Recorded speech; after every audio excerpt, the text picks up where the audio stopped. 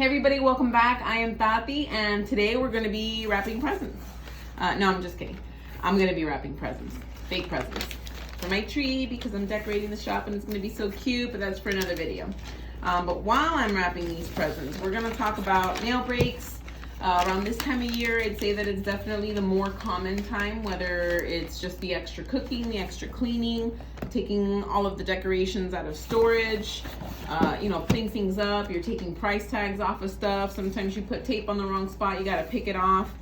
Needless to say, our nails definitely go through the ringer. So what I'm gonna be talking to you about today is a couple of different types of nail breaks that we can get and what we can do with the nail break so that we maximize still the wear of our manicures. Just because we get a nail break doesn't mean that we have to have polish chipping off of it or having to destroy a manicure just because of the one incident. So what I'm gonna do is, I couldn't find any one of my clients to volunteer to let me break their nails on purpose. Go figure. But luckily I have these super awesome little nail tips. I'll show you over here with a couple different nail breaks. So we're gonna talk about what to do when that happens. So the first break I'm gonna show you is definitely what I would like to call the ideal break. It's a little chip towards the tip of the nail, just like that. A lot of times that'll happen from cooking when you're chopping up some stuff and then you chop a little piece of the nail. But these little chips are so ideal because it's so minute, it's a little edge of the nail, and it's very simple to fix. And what you wanna do is get the soft end of a buffer. And just to keep in mind, a reminder, the higher the number grit, the softer the file is. You don't want to use anything that's too rough because then it might eat up that edge, and what you want to do is make it smooth, not rough. So with that soft end of the file, you're going to file that away. Now you can either just do enough so that you buff that edge, but as you can see, the shaping is a little off. But that's really up to you. If you're okay kind of managing your shape, then I would go ahead and recommend just file the rest of it so it kind of looks even. If you are someone that has no sense of shape whatsoever and you don't want to ruin what's there, file enough so that it's nice and smooth all around those edges, and wait till you come see me and I'll make sure to get you in tip-top shape. Okay, so with these little chips, all you need to do is get a soft file. Make sure that you buff all around the edges, even the top of the gel if you need to. By maintaining this very flushed and very soft and smooth, you eliminate the possibility of the gel lifting and the rest of the nail kind of looking ugly over that little tiny chip. Okay, 9.5 times out of 10, this is going to hold up for weeks. Okay, as long as you follow the rule of not touching your nails, there's no reason why this should continue lifting or anything like that. Next break we're going to talk about are a little bit of a bigger break. I don't know if you can see it here, but we got a little tiny break right there in the nail. Very small. It's not floppy. Your nail is still like really together. Okay, the last thing we want to do is, hey, look, I got a nail break, and my clients start like lifting it. Don't do that. Don't touch it. You see that you have a nail break. First thing first is get your nail file, and you want to make sure that you buff around all those edges.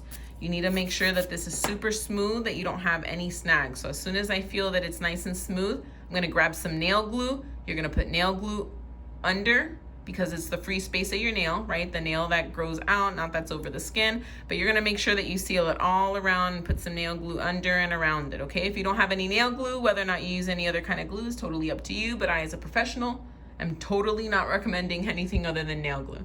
But you wanna go ahead and make sure you glue it, and then this is where your Band-Aid will become your best friend. Best trick to have, okay? Most people, when they use a Band-Aid, they tend to put the cotton part over the nail break and wrap, right? Because that's the part that we want to protect, and we know that that's how we use a Band-Aid.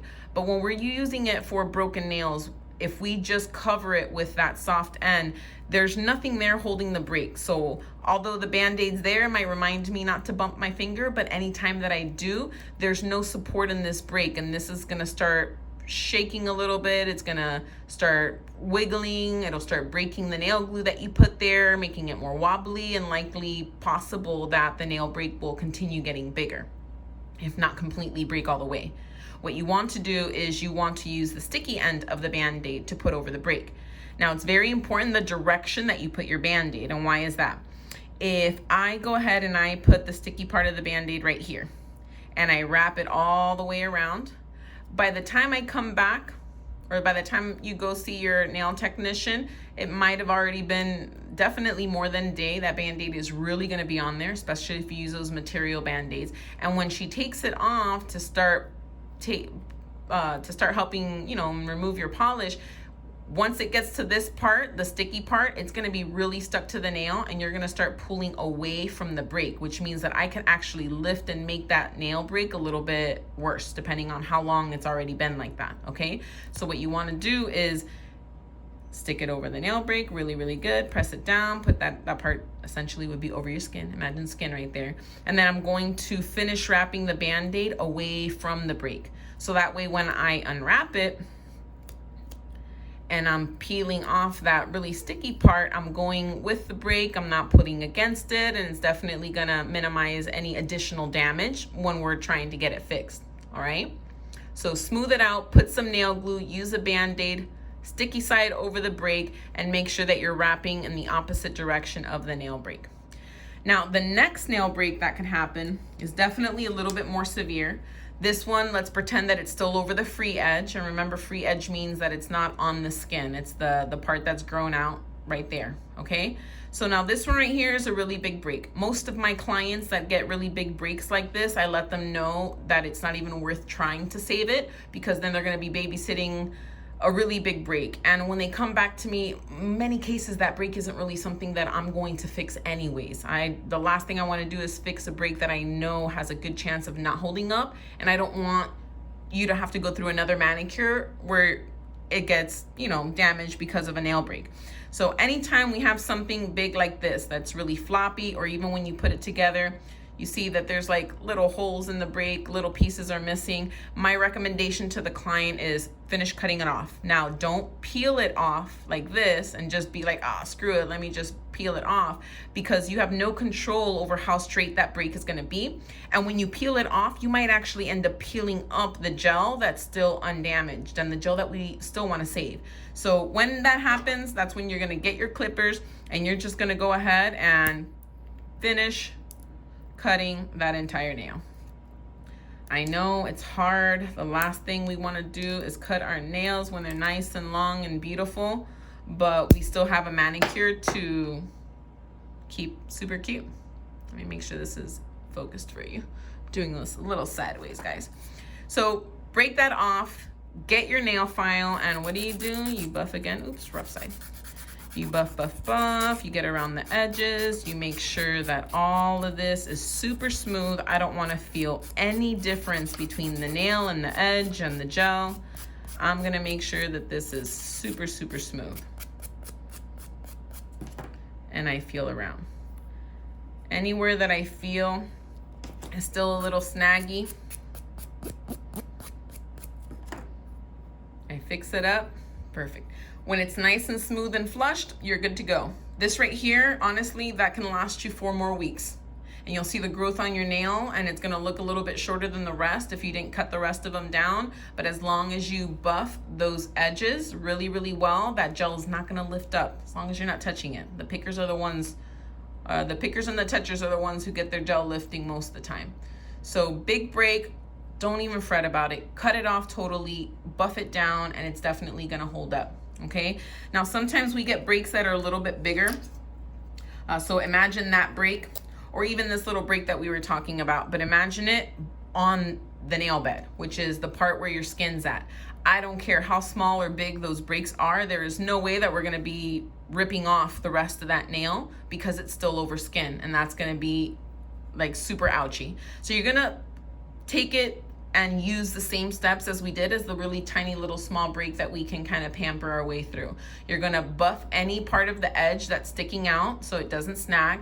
You're gonna put a little bit of nail glue over the break so that way it gives it a little extra support. You're gonna grab your Band-Aid, stick it really, really well where the sticky part is over the break, and make sure that you wrap in the opposite direction, okay? Breaks that happen below the nail bed are definitely something that we have to wait until it grows out. So we have to take care of it as much as we can to make sure that we don't make the break worse. That way we can give it an opportunity to get to the free space to either cut it, or if it's small and sturdy enough, then we keep patching it up and keeping it until it grows long, until it grows out. So the biggest takeaways from all of those nail breaks is number one, making sure you have a nail file handy and using the soft side, and making sure that you have some band-aids at home, in your car, in your purse, at work, wherever these nail breaks could possibly happen. Having nail glue is also essential. Some of my clients use things that aren't nail glue. I personally use Gorilla Glue at home when I need to, but as a professional nail technician, I cannot recommend that you use anything other than nail glue, but trust me, anything will work. Now, if anyone out there is wondering how to actually fix the nails after they break and you've patched them up and held on to them, or if your nail technician isn't really successful in patching up and fixing nail breaks so that they're sturdy and they'll last, long enough for them to grow out, then you definitely need to be catching up on my videos, because I posted a few weeks ago a nail break video that shows you the easiest and most really the most reliable way to patch up a nail break so that it can continue growing out and be strong enough to be able to grow out, so that way we don't have to cut one or any of the nails down to match up with it. So thank you everyone again for tuning in. I really hope that this quick little tutorial is helpful for those emergency nail breaks. If you have any other questions, please make sure that you drop a comment below. If you reach out to me on Instagram, that'll probably be the quickest way to get a response from me. And if you haven't already, make sure you like and subscribe. We have lots more content that's going to be coming out, educational, fun stuff. It's the holidays, so probably going to get some cute, sweater weather nails out there. I have a really, really cute decorate my shop video that's going to be coming up. I'm staring at my tree right now and it's so cute. But thank you guys for keeping me some company while I wrap some of these fake presents and learning a little bit on how to save those 911 nail breaks. Until the next time, I will catch you guys later, and I hope you're starting off this holiday month super cheerful and ready for all of the fun that the end of the year always brings.